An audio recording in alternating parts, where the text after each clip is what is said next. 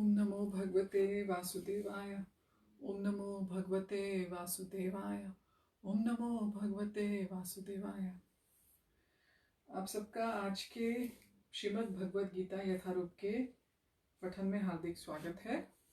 हम अध्याय 5 से अपनी रीडिंग आज स्टार्ट करेंगे। अध्याय का टाइटल है कर्म योग कृष्ण भावना भावित कर्म। मुखम करोति वाचलम पंगुम लंघयते गिरिम यत्कृपा तमहं वंदे श्री गुरुम दीनतारिणम परमानंद पादवम श्री चैतन्य ईश्वरम। हरि ओम तत्सत।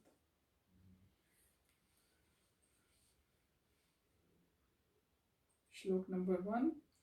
अर्जुनवाच संन्यासं कर्मणां कृष्ण पुनर्योगं च शंससि यच्छ्रेय एतयोरेकं तन्मे ब्रूहि सुनिश्चितम्। अर्जुन ने कहा, हे कृष्ण, पहले आप मुझसे कर्म त्यागने के लिए कहते हैं और फिर भक्ति पूर्वक कर्म करने का आदेश देते हैं। क्या आप अब कृपा करके निश्चित रूप से मुझे बताएंगे कि इन दोनों में से कौन अधिक लाभप्रद है? भगवद गीता के इस पंचम अध्याय में भगवान बताते हैं कि भक्ति पूर्वक किया गया कर्म, यह हम तात्पर्य पढ़ रहे हैं, शुष्क चिंतन से श्रेष्ठ है, जिसको हम इंग्लिश में ड्राई स्पेक्यूलेशन भी कहते हैं। भक्ति पथ अधिक सुगम है क्योंकि दिव्य स्वरूपा भक्ति मनुष्य को कर्म बंधन से मुक्त करती है। द्वितीय अध्याय में आत्मा तथा उसके शरीर बंधन का सामान्य ज्ञान बतलाया गया है। उसी में बुद्धि योग अर्थात भक्ति द्वारा इस भौतिक बंधन से निकलने का भी वर्णन हुआ है। तृतीय अध्याय में यह बताया गया है कि ज्ञानी को कोई कार्य नहीं करने पड़ते। चतुर्थ अध्याय में भगवान ने अर्जुन को बताया है कि सारे यज्ञों का पर्यवसान ज्ञान में होता है, किंतु चतुर्थ अध्याय के अंत में भगवान ने अर्जुन को सलाह दी कि वह पूर्ण ज्ञान से युक्त होकर उठ करके युद्ध करे। अतः इस प्रकार एक ही साथ भक्तिमय कर्म तथा ज्ञान युक्त अकर्म की महत्ता पर बल देते हुए कृष्ण ने अर्जुन के संकल्प को भ्रमित कर दिया है। अर्जुन यह समझता है कि ज्ञानमय संन्यास का अर्थ है इंद्रिय कार्यों के रूप में समस्त प्रकार के कार्यकलापों का परित्याग, किंतु यदि भक्ति योग में कोई कर्म करता है तो फिर कर्म का किस तरह से त्याग हुआ? दूसरे शब्दों में वे यह सोचता है कि ज्ञानमय संन्यास को सभी प्रकार के कार्यों से मुक्त होना चाहिए, क्योंकि उसे कर्म तथा ज्ञान असंगत से लगते हैं। ऐसा लगता है कि वह यह नहीं समझ पाया कि ज्ञान के साथ किया गया कर्म बंधनकारी न होने के कारण अकर्म के ही तुल्य है।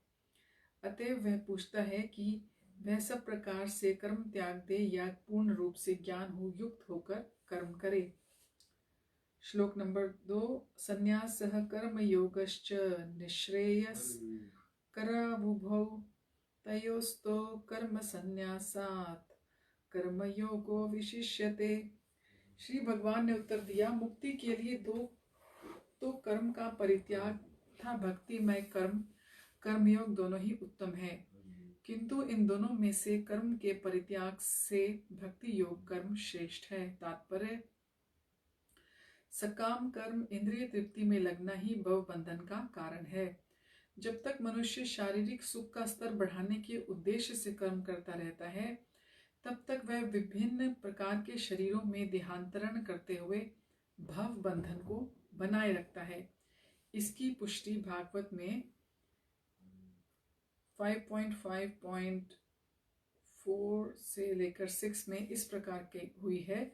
नूनं प्रमत्तः कुरुते विकर्म यदिन्द्रिये प्रीतया आपृणोति न साधु मन्ये यत् आत्मनो अयं सन्नापि क्लेशद आसदेह पराभवस्तावदबोधजातो यावन् जिज्ञासत आत्मसत्त्वं तत्त्वं यावत् क्रियास्तावदिदं मनो वै कर्मात्मा येन शरीरबन्धः एवं मनः कर्म वंशं प्रयुक्ते अविद्यात्मन्युपधीयमाने प्रीतिर्न यावनमयि वासुदेवे न मुच्यते देह योगेन तावत्। लोग इंद्रिय तृप्ति के पीछे मत्त हैं, वे ये नहीं जानते कि उसका क्लेशों से युक्त यह शरीर उनके विगत सकाम कर्मों का फल है। यद्यपि यह शरीर नाशवान है, किंतु यह नाना प्रकार के कष्ट देता है। अतः इंद्रिय तृप्ति के लिए कर्म करना श्रेयस्कर नहीं है। जब तक मनुष्य अपने असली स्वरूप के विषय में जिज्ञासा नहीं करता, उसका जीवन व्यर्थ रहता है। और जब तक वह अपने स्वरूप को नहीं जान लेता, तब तक उसे इंद्रिय तृप्ति के लिए सकाम कर्म करना पड़ता है। और जब तक इंद्रिय तृप्ति की इस चेतना में फंसा रहता है, तब तक उसका देहांतरण होता रहता है। भले ही उसका मन सकाम कर्मों में व्यस्त रहे और अज्ञान द्वारा प्रभावित हो, किंतु उसे वासुदेव की भक्ति के प्रति प्रेम उत्पन्न करना चाहिए। केवल तभी वह भवबंधन से छूटने का अवसर प्राप्त कर सकता है। तो यह हमको बिल्कुल क्लियर बताया गया है कि जो हमारा इस समय शरीर है, वह हमारे पूर्व जन्मों के सकाम कर्मों का ही फल है। और जो हम अब कर रहे हैं, अगर हमें अभी भी चाह है कि हम अपनी इंद्रिय तृप्ति, अपनी सेंस ग्रेटिफिकेशन कैसे करें, तो इसके लिए हम अपने आगे की देहों का निर्माण करते जाएंगे। अतः यह ज्ञान ही है कि यह आत्मा है, शरीर नहीं, मुक्ति के लिए पर्याप्त नहीं। जीवात्मा के स्तर पर मनुष्य को कर्म करना होगा, अन्यथा भवबंधन से उभरने का कोई अन्य उपाय नहीं है। किंतु कृष्ण भावना भावित होकर कर्म करना सकाम कर्म नहीं है। पूर्ण ज्ञान से युक्त होकर किए गए कर्म वास्तविक ज्ञान को बढ़ाने वाले हैं। बिना कृष्ण भावनामृत के केवल कर्मों के परित्याग से बद्धजीव का शरीर शुद्ध नहीं होता। जब तक हृदय शुद्ध नहीं होता, तब तक सकाम कर्म करना पड़ेगा।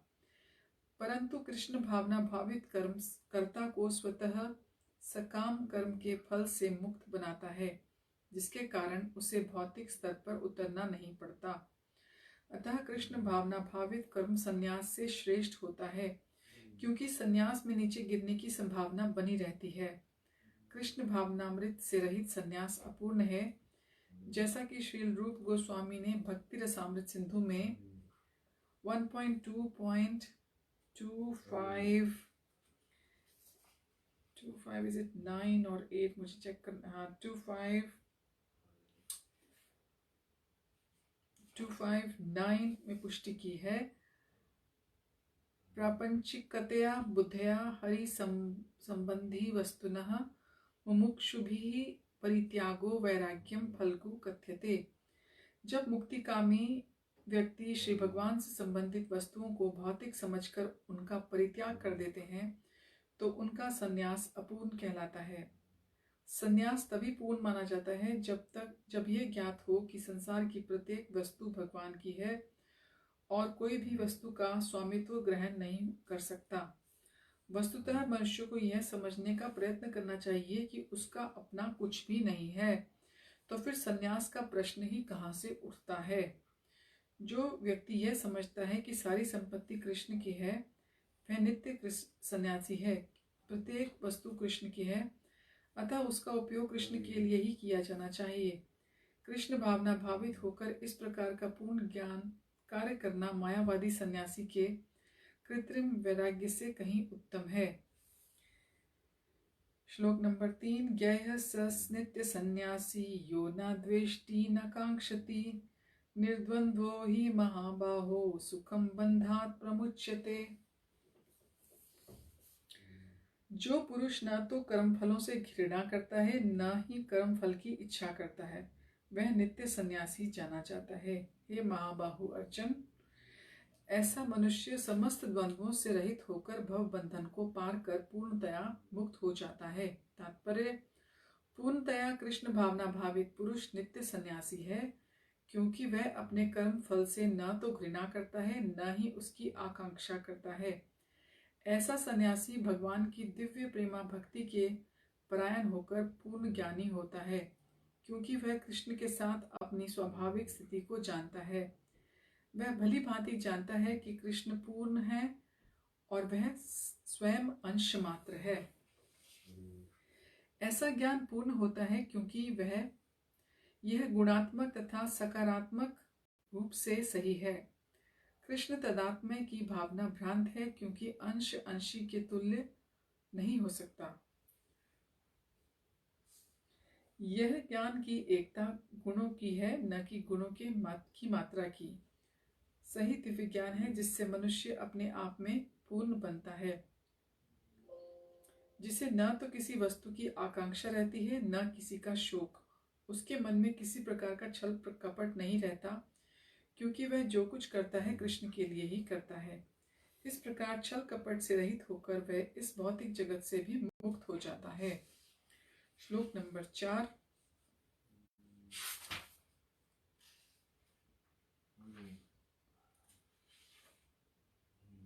सांख्य योगौ पृथक बाला प्रवदन्ति न पंडिता एकं प्यास्थितः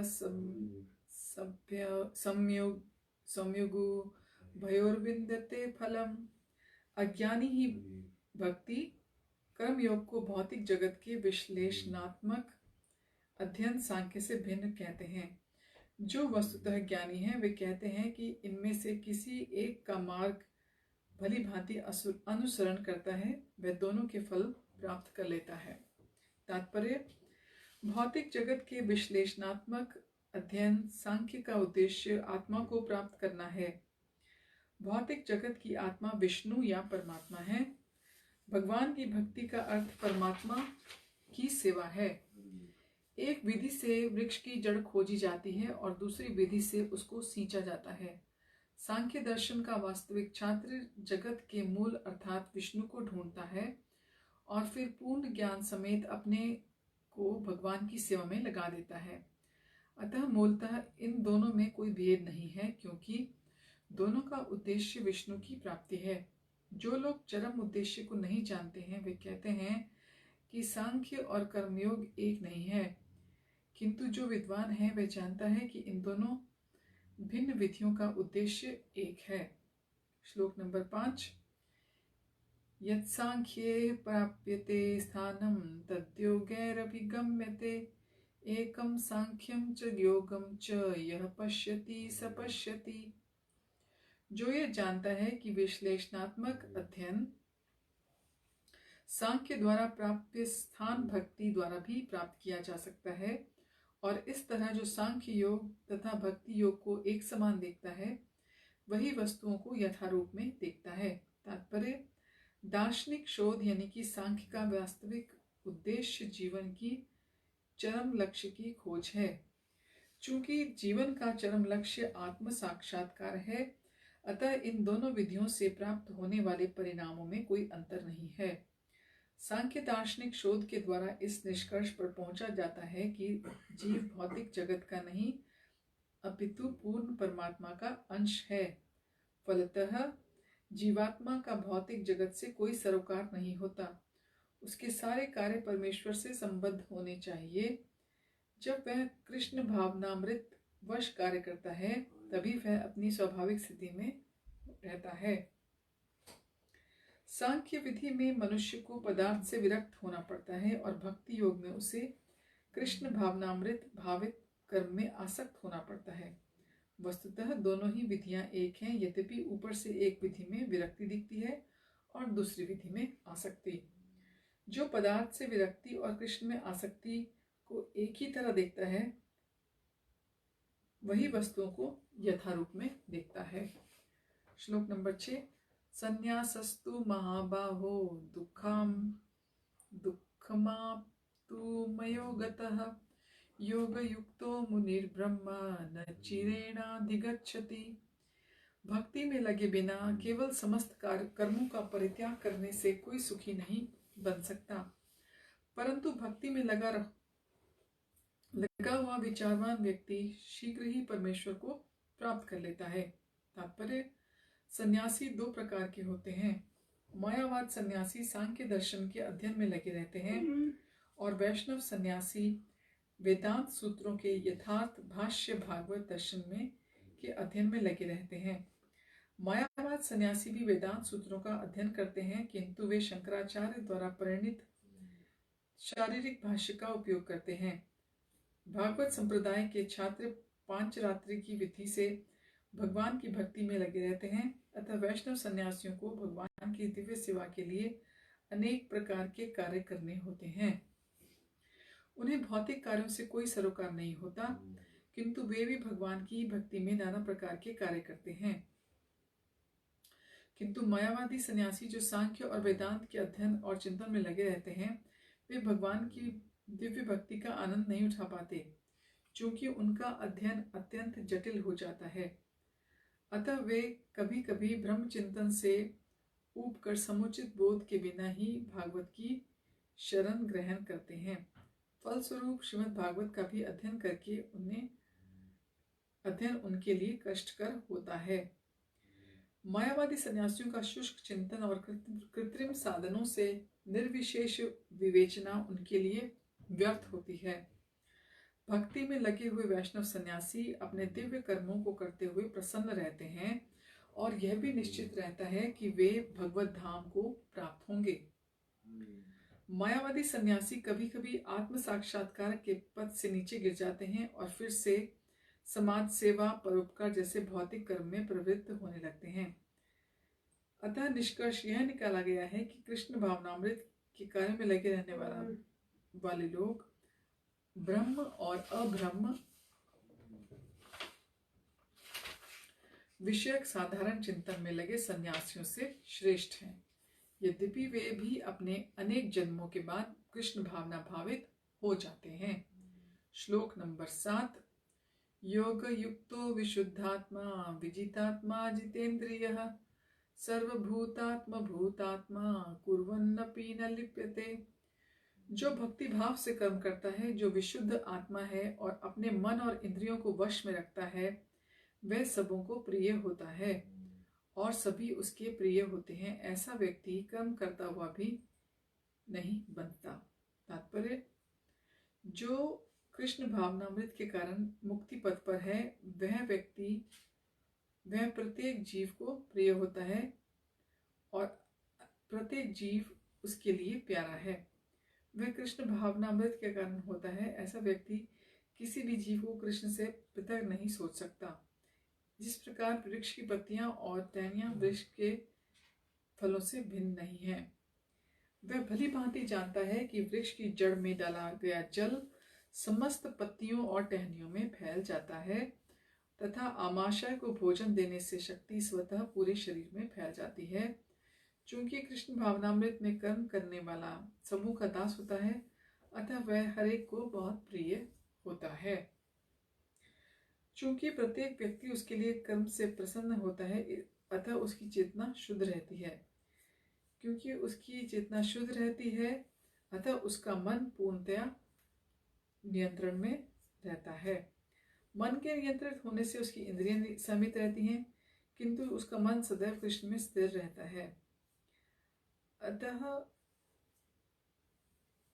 उसके विचलित होने का प्रश्न ही नहीं उठता, न ही उसे कृष्ण के संबद्ध कथाओं के अतिरिक्त अन्य कार्यों में अपनी इंद्रियों को लगाने का अवसर मिलता है।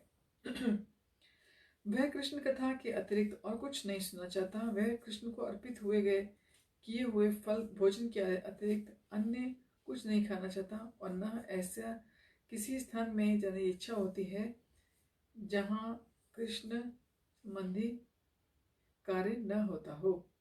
अतः उसकी इंद्रियां वश में रहती हैं और ऐसा व्यक्ति जिसकी इंद्रियां संयमित हों, वह किसी भी प्रकार के अपराध नहीं कर सकता।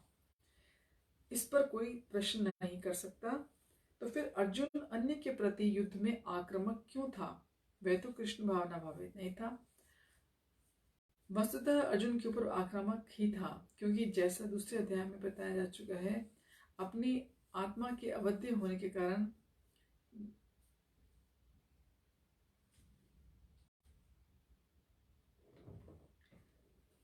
क्योंकि जैसा कि द्वितीय अध्याय में बताया जा चुका है कि आत्मा के अवध्य होने के कारण युद्ध भूमि में एकत्र हुए सारे व्यक्ति अपने अपने स्वरूप में जीवित बने रहेंगे। अतः आध्यात्मिक दृष्टि से कुरुक्षेत्र की युद्ध भूमि में कोई मारा नहीं गया।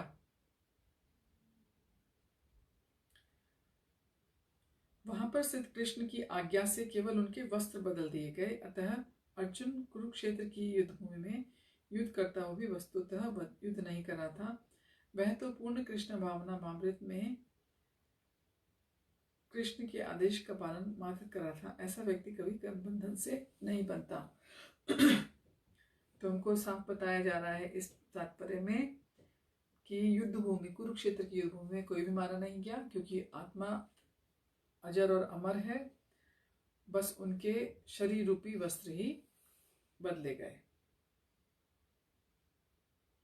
और अर्जुन भी युद्ध नहीं कर रहा था।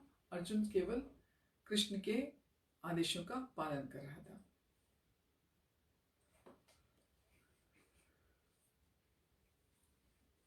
श्लोक नंबर 8। नैव किंचित करोमीति युक्तो मन्येत तत्वित् पश्यन् श्रृणन् स्पृशन् अञ्जनिघ्रन् शनन् गच्छन् स्वप्नश्वसन् प्रलपन् विसृजान् गुह्यम् उन्मिषनापि इन्द्रियाणि अर्थेषु वर्तन इति धारयन्। दिव्य भावनामृत युक्त रूप पुरुष देखते, सुनते, स्पर्श करते हुए, सूंघते, खाते, चलते हुए और श्वास लेते हुए भी अपने अंतर में सदैव यही जानता है कि वास्तव में वह कुछ नहीं कर रहा। केवल बोलते, त्यागते, ग्रहण करते समय या आंखें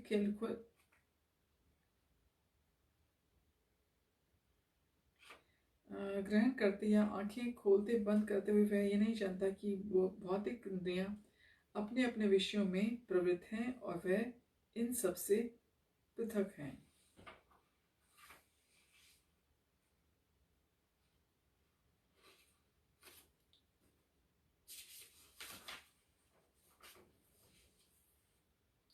तात्पर्य, क्योंकि कृष्ण भावना भावित व्यक्ति का जीवन शुद्ध होता है, फलतः उसे निकट और दूरस्थ 5 कारणों कर्ता, कर्म, अधिष्ठान, प्रयास और भाग्य पर निर्भर किसी कार्य से कुछ लेना देना नहीं रहता। इसका कारण यही है कि भगवान की दिव्य सेवा में लगा हुआ व्यक्ति यद्यपि ऐसा प्रतीत करता है कि वह अपने शरीर और इंद्रियों के कर्म से काम कर रहा है, किंतु वह अपनी वास्तविक स्थिति की वह अपने शरीर और इंद्रियों से कर्म कर रहा है, किंतु वह अपनी वास्तविक स्थिति से प्रति सचेत रहता है, जो कि आध्यात्मिक व्यवस्था है। भौतिक चेतना में इंद्रिय तृप्तियों में लगी रहती हैं,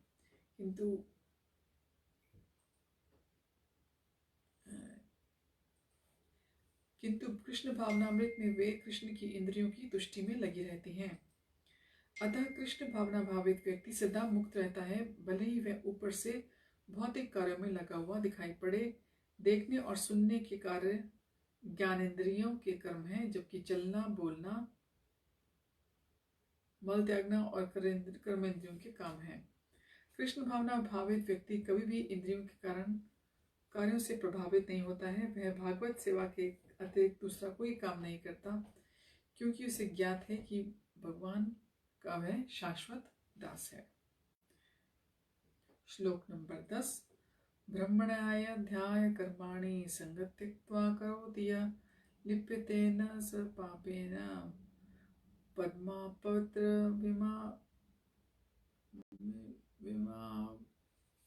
मिवाम्भसा।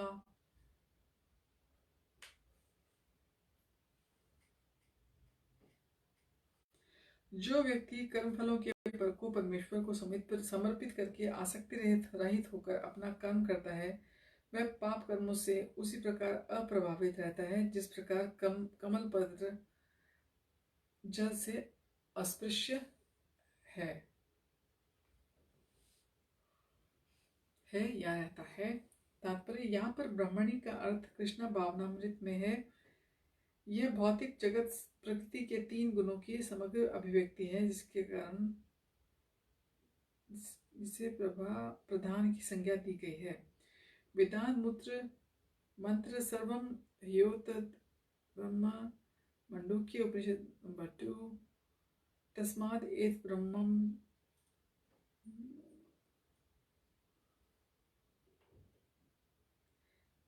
तस्माद् एतद् ब्रह्म नाम रूपमन्नं च जायते। ये मुंडक उपनिषद 1.2.10 और भगवद गीता में 14.3 मम यो निर्महा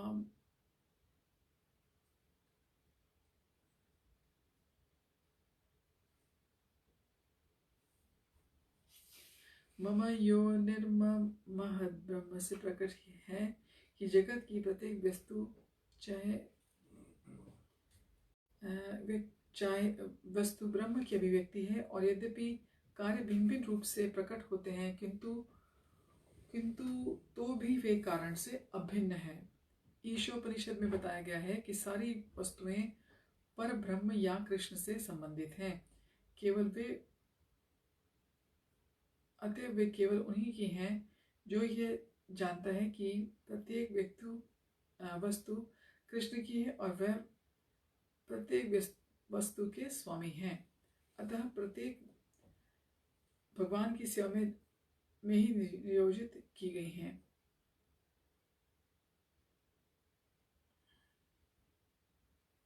उसे स्वभावतः शुभ अशुभ फलों के विषय में कुछ ज्ञान नहीं है। यहाँ तक कि विशेष प्रकार का कर्म संपन्न करने के लिए भगवान द्वारा प्रदत्त मनुष्य का शरीर भी कृष्ण भावनामृत में संलग्न किया जा सकता है। तब यह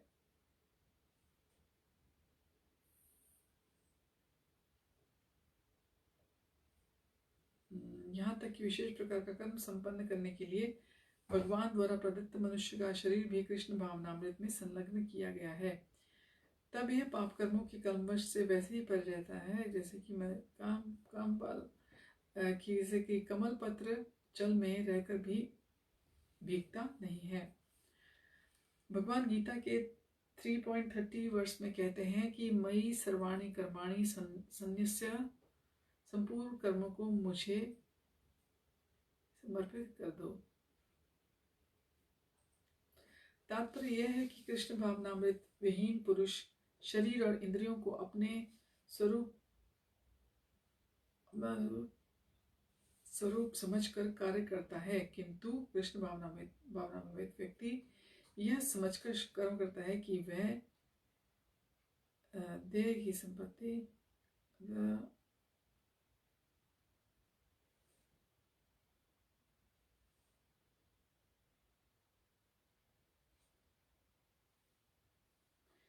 तो हमने पढ़ा है कि कृष्ण भावनामृत व्यक्ति को इस प्रकार से कर्म करना चाहिए कि वह अपनी देह को भी भगवान की संपत्ति समझे और सेवा में तत्पर रहे और ऐसे जीवन यापन करने की कोशिश करे जैसे कि कमल का फूल कीचड़ में रहता है। हम अपनी रीडिंग 11वें श्लोक से अगली दफा कंटिन्यू करेंगे। आप सबका आज हमारे साथ जुड़ने के लिए धन्यवाद। आशा करते हैं कि आपका आने वाला सप्ताह मंगलमय होगा। हरिओम तत्सत। हरे कृष्णा। श्रील प्रभुपाद की जय।